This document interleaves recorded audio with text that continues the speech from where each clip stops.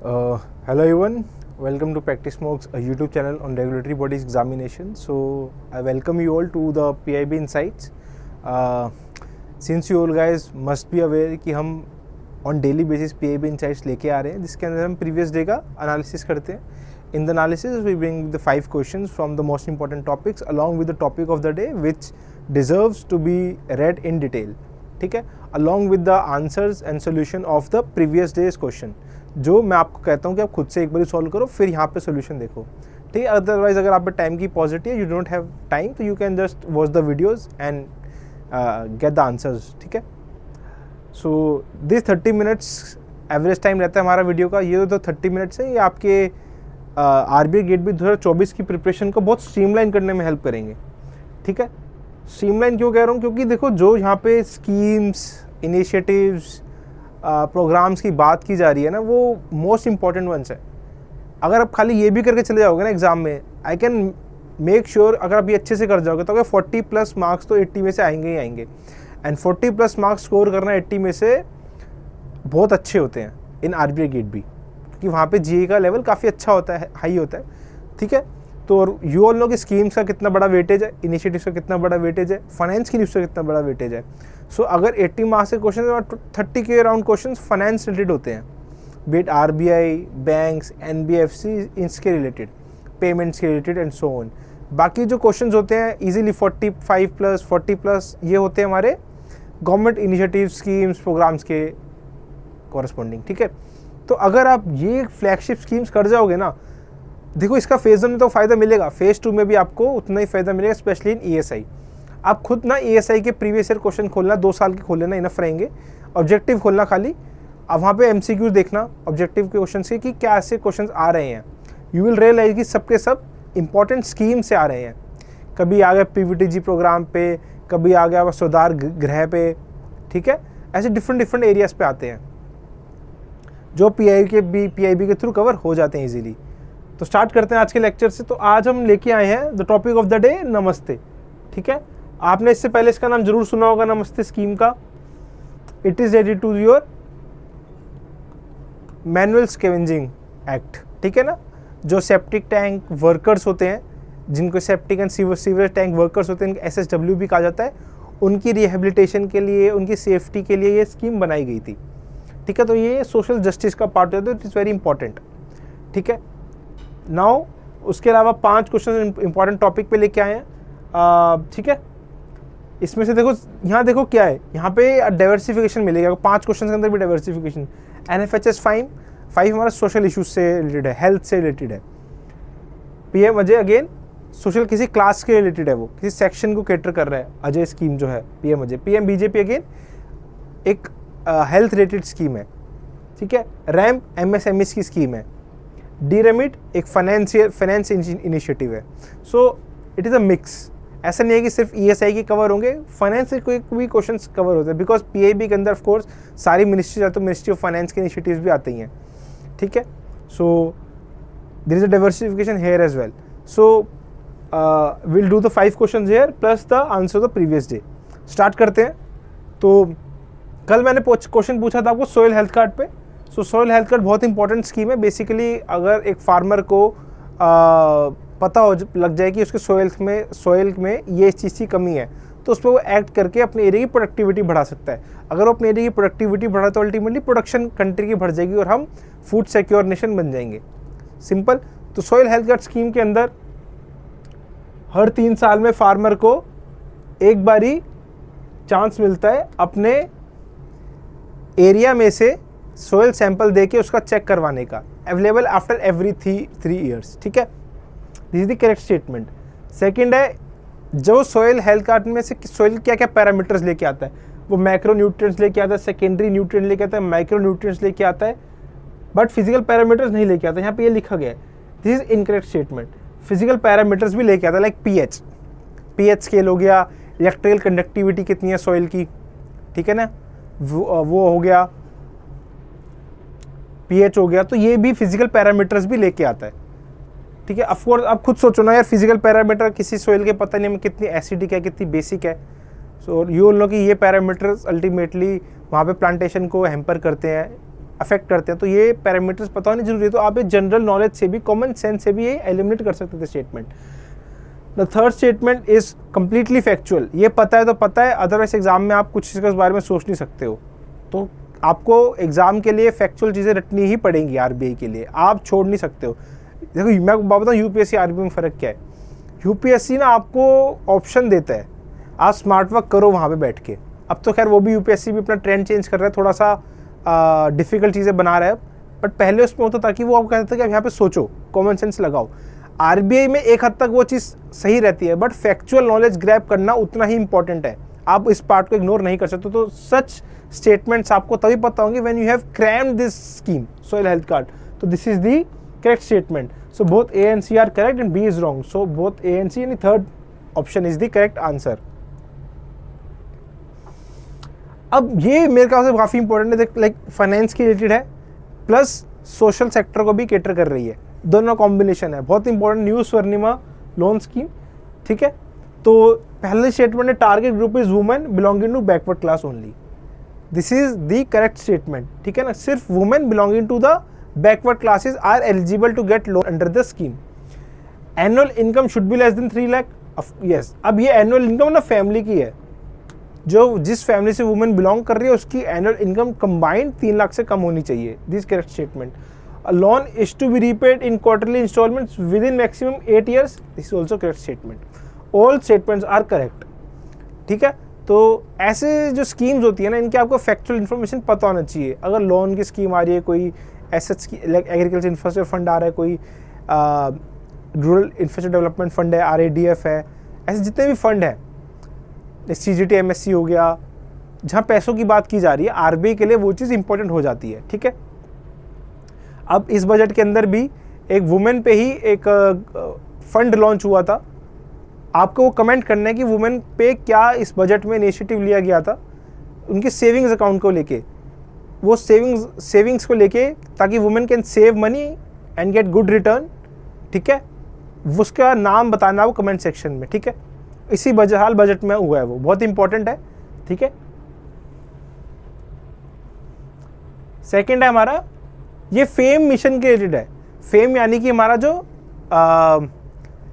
क्या कहते हैं, इलेक्ट्रिक मोबिलिटी पे फोकस करता है, ठीक है। Faster adoption and manufacturing of electric vehicles, fame mission basically. ये मिनिस्ट्री ऑफ हैवी इंडस्ट्रीज के अंदर आता है, आपको ध्यान में रखना है। न्यू एंड रिन्यूएबल एनर्जी के अंदर नहीं आता है, it is under the ministry of heavy industry. तो दिस इज करेक्ट स्टेटमेंट, ठीक है। उसके बाद 2 फैक्चुअल स्टेटमेंट है 23-24 के अंदर। इस पार्ट को फेम का ही एक मतलब फेम को हेल्प कर रही है, ठीक है। अमाउंट 250 करोड़ एलोकेट किया गया है। अब सोचो ना, सिर्फ 250 करोड़ किया गया है तो काफी स्पेसिफिक चीज के लिए किया गया है। क्या? Industry 4.0 and promotes investment in manufacturing sector, indigenous technologies, augmentation of common service infrastructure and testing facilities, ठीक है ना। तो इसके लिए पर्पस के लिए ही काइंड ऑफ अ लोन है ये, ठीक है। ओके, सो इंडस्ट्री 4.0 क्या होता है आपको बताता हूँ मैं। इंडस्ट्री 4.0 कह लो कि जब इंडस्ट्रीज आपका आर्टिफिशियल इंटेलिजेंस, मशीन लर्निंग, इन चीज़ों को यूज़ करके मैन्युफैक्चरिंग कर रही है इंडस्ट्री, दैट इज इंडस्ट्री 4.0, ठीक है। जब वहाँ पे एक होता है कि ऑटोमेशन कर रहे हो, आपने कन्वेयर बेल्ट चलाई है, बट वहाँ पे अभी भी मैनुअल लोग आके उस पर प्लेस कर रहे हो, कन्वेयर बेल्ट चल रही है, तो that is not your complete automation. Complete automation होगी when you are using AI, when you are using a machine learning, machine is learning on their own, ठीक है। when you use high level algorithms in manufacturing, then it is called as industry 4.0. you are using internet of things, ठीक है।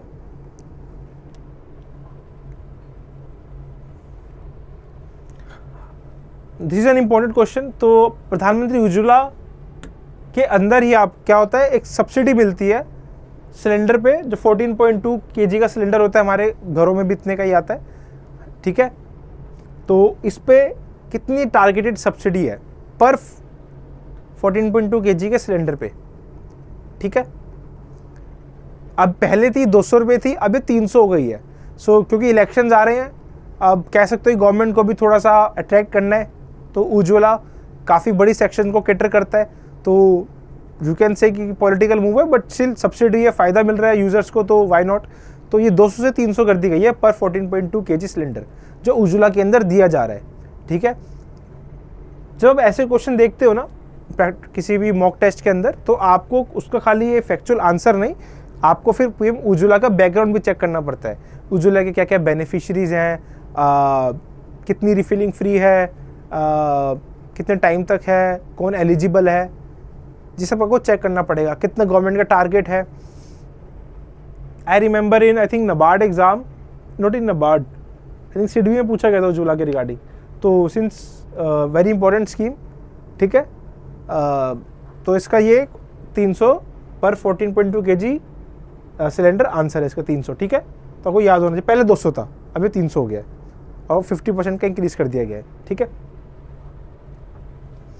Now this is a very important report, national multi dimensional poverty index by NITI Aayog. ठीक है ना, so according to them how many people have escaped from poverty between 15-16 and 19-20, मतलब इन 5 साल में कितने लोग पॉवर्टी से बाहर आए हैं as per this multi dimensional poverty index, national multi poverty index. तो देखो, एक होता है हमारा मल्टी डाइमेंशनल पॉवर्टी इंडेक्स। ठीक है, तो आपको डिफरेंस पता होना चाहिए कि हम जो वो आ रहा इंडेक्स आ रहा है, जो मल्टी डाइमेंशनल पॉवर्टी इंडेक्स है, जो एक है इंडेक्स है जो इंटरनेशनल लेवल पे है, उसमें और नेशनल में कुछ डिफरेंस है, तो वो डिफरेंस आइडेंटिफाई करो। देयर आर गुड चांसेस कि वो डिफरेंस के बेसिस पे ही एग्जाम में क्वेश्चन आ जाए। ठीक है, तो कि जो हमारा क्वेश्चन पेपर सेटर होते हैं ना, वो इस वे में देखते हैं कि पिक दैट नॉलेज, थोड़ी सी डिफिकल्ट बनाना है, थोड़ी सी डिफिकल्ट हो, इम्पॉर्टेंट जरूर हो, और बच्चे उसको मिस कर दें। ठीक है, अब क्या इन्फॉर्मेशन मिस कर देंगे हम ये डेटा याद कर लेंगे कि 13.5 करोड़ रुपए, 13.5 करोड़ लोगों को बाहर निकाला है इस पॉवर्टी में इतने साल के बीच में, हम ये याद कर लेंगे, but we will not go in deeper into this index. तो सिंपली पूछ लिया इससे क्या क्या पैरामीटर्स हैं, तो वो पैरामीटर्स पता होने चाहिए। ठीक है, तो इसके लिए आपको एक रेफरेंस पॉइंट आपके पास होना चाहिए जहाँ पे आप रेफर कर पाओ कि क्या है exactly multi dimensional poverty index. ठीक है, फॉर एग्जांपल अगर हम प्रैक्टिस स्मोक के अंदर पीआईबी सूत्रा में अगर हम इसका बताते ना, नीति आयोग ने रिलीज़ किया है, तो हम ये इसके बारे में तो बताते ही बताते, प्लस जो normal multi dimensional poverty index है which is not national, international multi dimensional poverty index है जो, ठीक है ना, उसके बारे में भी जरूर बताते कि उसमें क्या क्या और उसमें इंडिया रैंक कहाँ पे कर रहा है, कि उसके अकॉर्डिंग इंडिया में कितनी पॉवर्टी है। सो फिर होती है कॉम्प्रहेंसिव इन्फॉर्मेशन, इंपॉर्टेंट भी कॉम्प्रहेंसिव भी। ये करोगे तो आपकी होलिस्टिक प्रिपरेशन है, तभी आप एग्जाम में अच्छा स्कोर कर पाओगे। बट स्टिल ये क्वेश्चन भी इंपॉर्टेंट है। ठीक है, 13.5 CR is the answer here. अब हम बात करते हैं नमस्ते स्कीम की। Namaste stands for national action for mechanised sanitisation ecosystem. ठीक है, तो अब आप सबको पता है, आपने कभी ना कभी तो देखा होगा कि मैनुअल स्क्वेंजिंग अपनी लाइफ टाइम में, अगर आप अर्बन सेंटर्स में रह रहे हो जहाँ पे सीवेज जा रहे हैं, सीवर जा रहे हैं, तो आपने जरूर कभी ना कभी तो देखा होगा, विजुअल आपके दिमाग में आ रहा होगा आपने मैनुअल स्क्वेंजिंग होते हुए। तो ये इनह्यूमन एक्ट है फर्स्ट ऑफ ऑल। क्यों? क्योंकि जो वो काम कर रहा है, क्या अपने बच्चे को करवाना चाहोगे वो काम, डिस्पाइट आप कितने भी पुअर हो? नहीं, वो सिर्फ वही बंदे काम करे जिनको सोसाइटी से एक्सक्लूड किया गया है। ठीक है, उनके कास्ट, उनकी कैटेगरी की वजह से उनको वो काम करवाया जा रहा है, उनको एक्सक्लूड किया जा रहा है। It is a kind of a discrimination. वो काम सिर्फ वही कर रहे हैं। और इसमें एक और एंगल है, वो काम इसलिए कर रहे हैं क्योंकि वो काम कोई और नहीं कर रहा है। ठीक है, सिर्फ वही कर रहे हैं, जनरल क्लास के बाकी लोग नहीं कर रहे हैं वो काम सिर्फ वही ट्राइब कर रहा है। तो उनको लगता है, उनको लिए लगता है कि हमें कोई और नहीं करता, उनको लगता है सिक्योर जॉब है, kind of a thing. But ultimately वो उनकी हेल्थ के साथ बहुत बड़ा इशू क्रिएट कर देती है वो manual scavenging.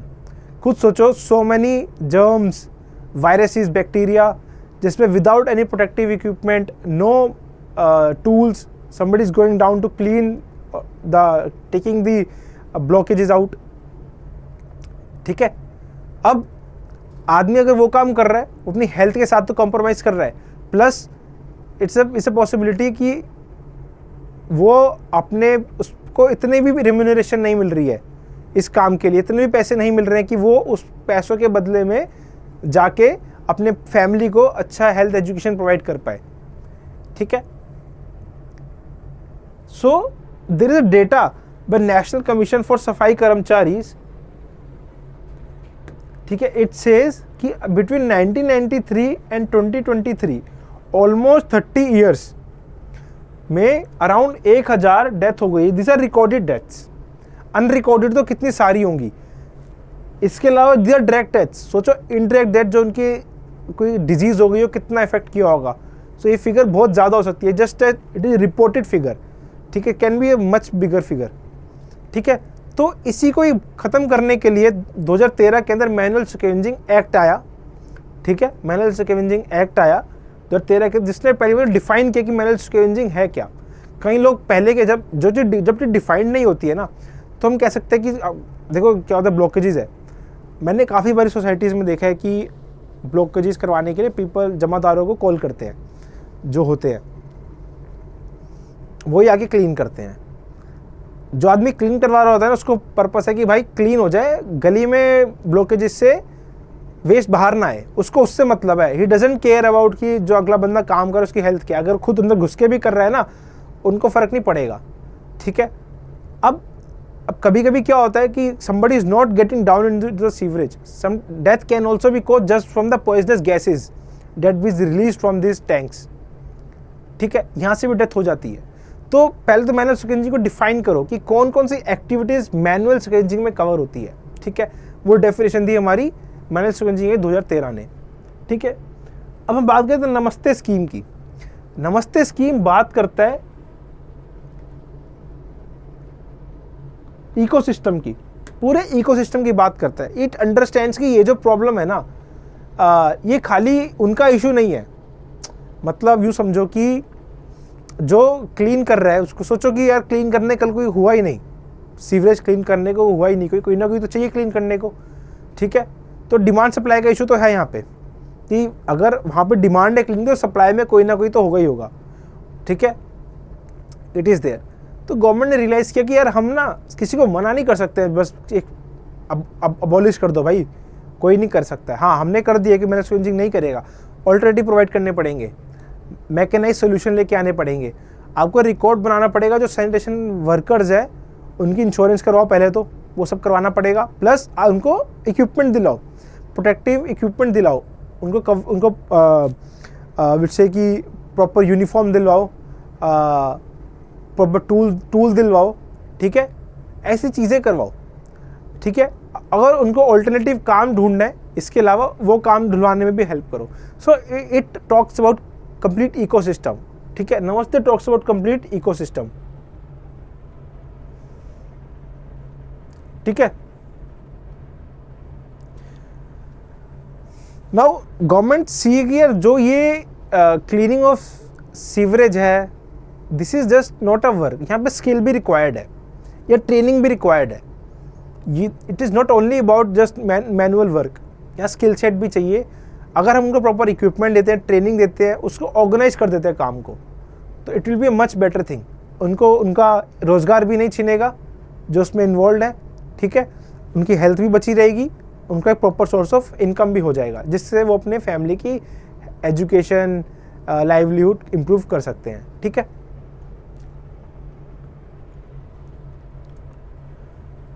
So this is about the scheme. It was launched in 2022 as a central sector scheme.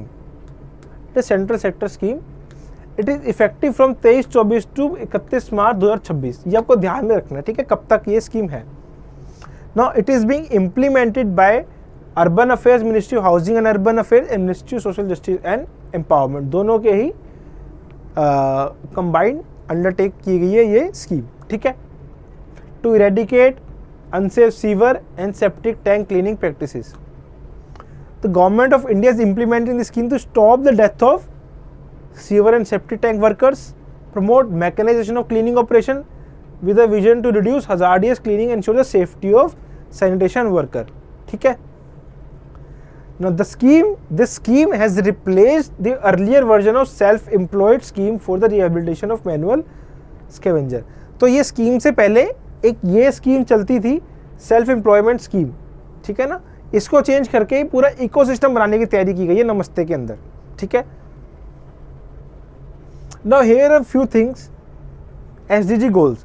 अगर हमें clean water and sanitation for all चाहिए, it can not be achieved, ये नमस्ते की अकॉर्डिंग बात, it can not be achieved in its entirety without good health and decent work and economic growth. वही बात कर रहा है, अगर आपको क्लीन करवाने सेप्टिक टैंक्स, ब्लॉकेज हटवानी है, उसके लिए आपको वो अचीव तब तक नहीं होता तो गुड हेल्थ और डिसेंट वर्किंग कंडीशन नहीं देते हो।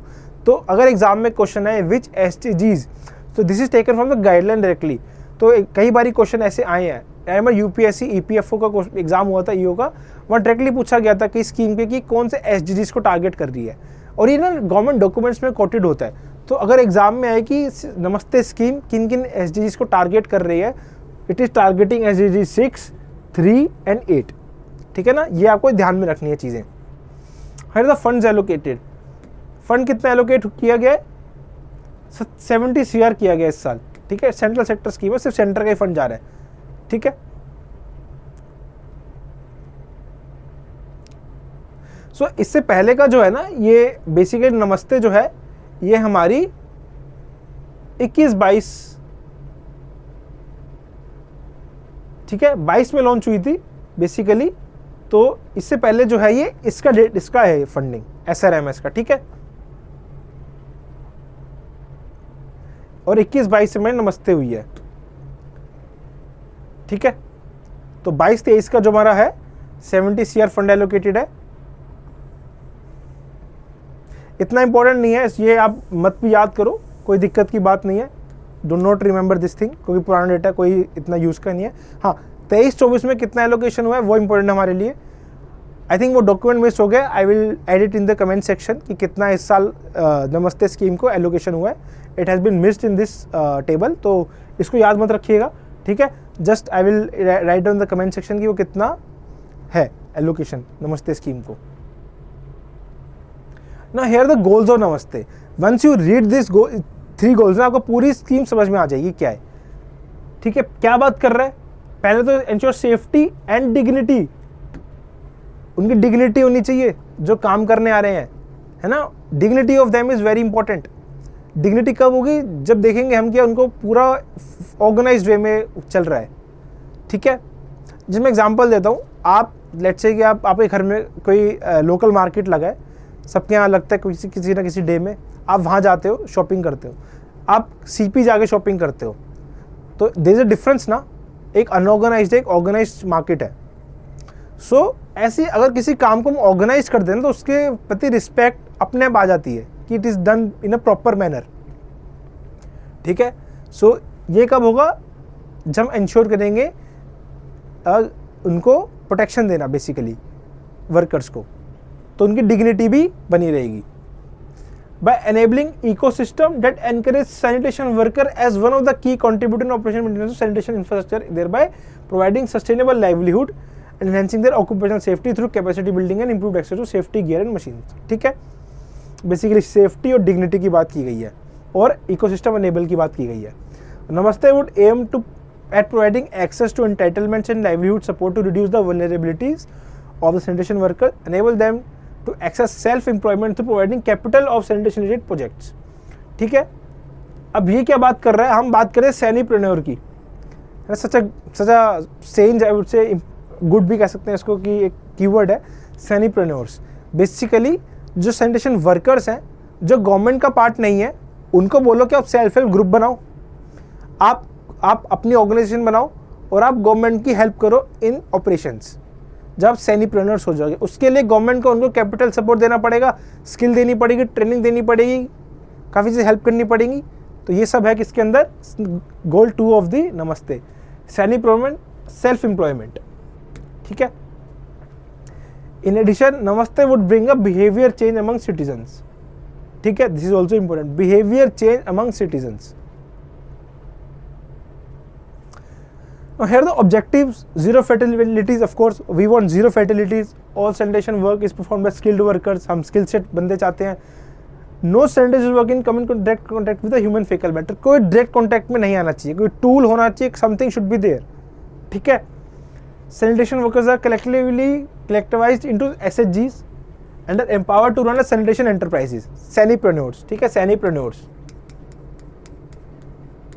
सैनीप्रेन्योर्स।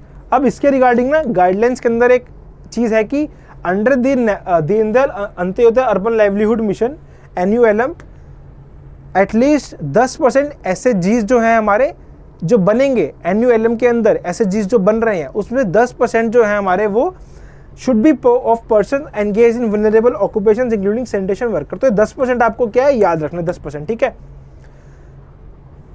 हाँ सॉरी, एलोकेशन गिवन है यहाँ पे, इस साल एलोकेट किया गया है 100 CR, ठीक है, 100 CR एलोकेट किया गया है। Increase awareness among sanitation service seekers, ठीक है।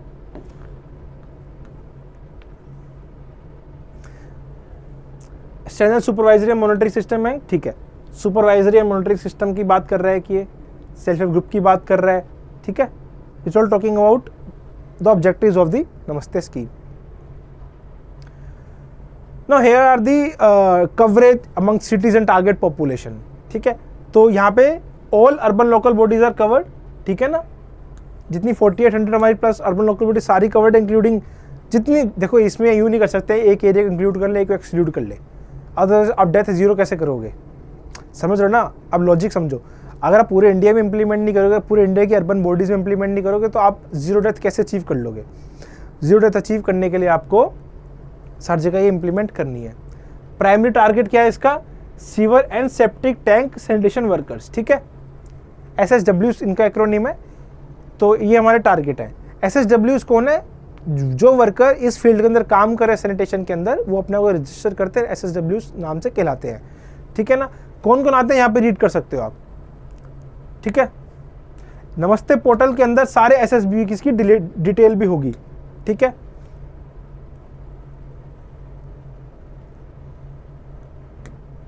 टाइमलाइन क्या है, 23-24 से 25-26 है हमारी, ठीक है। This is about the coverage and target population. Population target कौन है, सारे के सारे septic sewer and septic tank workers SSWs, ठीक है, they are the target population. Coverage के सारी अर्बन लोकल बॉडीज, ठीक है। एग्जाम में क्वेश्चन आई कौन कौन सी लोकल बॉडीज हैं, तो ऑल ऑफ द अबव कर देना, अर्बन लोकल बॉडीज, ठीक है, सारी कर देना। तो ठीक है, नमस्ते हो गया हमारा। सो अब हम नमस्ते करते हैं उसको। हम बात करते हैं PM अजय की। तो ये न्यूज़ में था, तो आपको इसकी लिंक प्रोवाइडेड है हमारे लास्ट स्लाइड में, एक बारी वो खोलना एंड ठीक है उसको देखना एंड आंसर करना। काफ़ी इजी क्वेश्चन है, इस बार मैं थोड़ा इजी क्वेश्चन लेके आया हूँ, पहले मैं थोड़ा डिफिकल्ट डाल दिए थे, तो this is one of the easiest question, ठीक है। इसमें आप बताना है कि कौन से कंपोनेंट नहीं है, नोट को याद करना है, ठीक है। बस आपको नाम से पता लग रहा है कि it is regarding some section, किसी सेक्शन के लिए स्कीम है, और उन सेक्शन को क्या क्या हेल्प हम प्रोवाइड कर रहे हैं अंडर दिस स्कीम, क्या कंपोनेंट है और कौन सा नहीं है वो को बताना है। NFHS 5 का डेटा हम अक्सर पढ़ते हैं, NFHS 5 हमें पता होना चाहिए किस ईयर का है ये NFHS 5। 4th हमारा 15-16 का, NFHS 5 कौन से ईयर का है पता होना चाहिए आपको। अब इसके अंदर स्टंटिंग, आपको स्टंटिंग में डिफरेंस पता होना चाहिए, वेस्टिंग में पता होना चाहिए एंड अंडरवेट में पता होना चाहिए। Underweight I think weight for age होता है, वेट फॉर एज, ठीक है। स्टंटिंग होता है I think height for age, wasting होता है वेट फॉर हाइट, ठीक है, ये होता है। तो स्टंटिंग कितनी रिड्यूस हुई है, 38.4% से कितनी हो गई है अब, तो आपको इनमें से बताना है। ये आपको PIB की लिंक से आंसर मिल जाए। ये भी इजी क्वेश्चन है, थोड़ा टफ है आई थिंक, फैक्चुअल है बट इंपॉर्टेंट। ये डेटा ना आपको याद रखना है, ये कभी भी आ सकता है। NFHS 5 का डेटा हमेशा कहीं ना कहीं आर्टिकल में यूज होता रहता है, तो ये आपको डेटा हमेशा याद रखना है, specially stunting, wasting and underweight का, ठीक है। अब हाँ, हमारा ना PM BJP जन औषधि केंद्र के अंदर हमने 10,000 बनाने थे बाय दिसंबर 2023। 10 दिसंबर से पहले ही कंप्लीट हो चुके हैं ये, जैसे यहाँ पे लिखा गया है। अब गवर्नमेंट ने इसको एक्सटेंड कर दिया टारगेट को कि 2026 तक, हमें मार्च 2026 तक कितने बनाने हैं। तो आपको इसमें से बताना है कि क्या आंसर है, कितने बनाने हैं गवर्नमेंट को आगे जन औषधि केंद्र, ठीक है, ये आपको पता करना है। रैम स्कीम MSMEs पे है, ठीक है। इसके बारे में आपको अगेन हमारे इस पे क्या रिसेंटली हुआ है, रैम के अंदर 3 नए कंपोनेंट ऐड हुए, 3 नई सब स्कीम ऐड हुई है, वो आपको पता करनी है क्या है, ठीक है। तो उसके रिलेटेड क्वेश्चन नहीं है, ये क्वेश्चन सीधा रैम्प पे है, तो आप इसको सॉल्व कर सकते हो। आई थिंक बिना PIB लिंक करे भी अगर आपने पहले रैम्प पढ़ा तो आप सॉल्व कर सकते हो रिलेटेड टू MSMEs, ठीक है। इसके बाद है हमारा डीरेमिट। अब डीरेमिट क्यों न्यूज़ में था आपको पता होना चाहिए। डीरेमिट में बेसिकली क्या हुआ है, यूपी की फैसिलिटी ऐड कर दी गई है। अब क्वेश्चन ये पूछ रहा है यहाँ पे कि जो डीरेमिट है ये किस चीज़ से रिलेटेड है। ये बेसिकली पेमेंट है, आप डायरेक्टली रेमिट पेमेंट कर रहे हो, बट आप किस चीज़ के लिए पेमेंट कर रहे हो। क्या आप यहाँ पे डिविडेंड की पेमेंट मिलने के लिए कर रहे हो, या AIF में इन्वेस्टमेंट करने की बात कर रहे हो, या NPS की बात कर रहे हो, या फिर जीवन ज्योति बीमा योजना की बात कर रहे हो। इनमें से किस चीज़ की बात कर रहे हो ना डीरेमिट। तो ये भी इजी क्वेश्चन है, you can just get the answer on the PIB link that is in the next slide. तो here are the links, just open them and try to read and answer the questions. अगर आपको इसके बिना भी पढ़े पता है तो भी आप कमेंट सेक्शन में उनका आंसर दीजिएगा। So thank you guys and keep studying.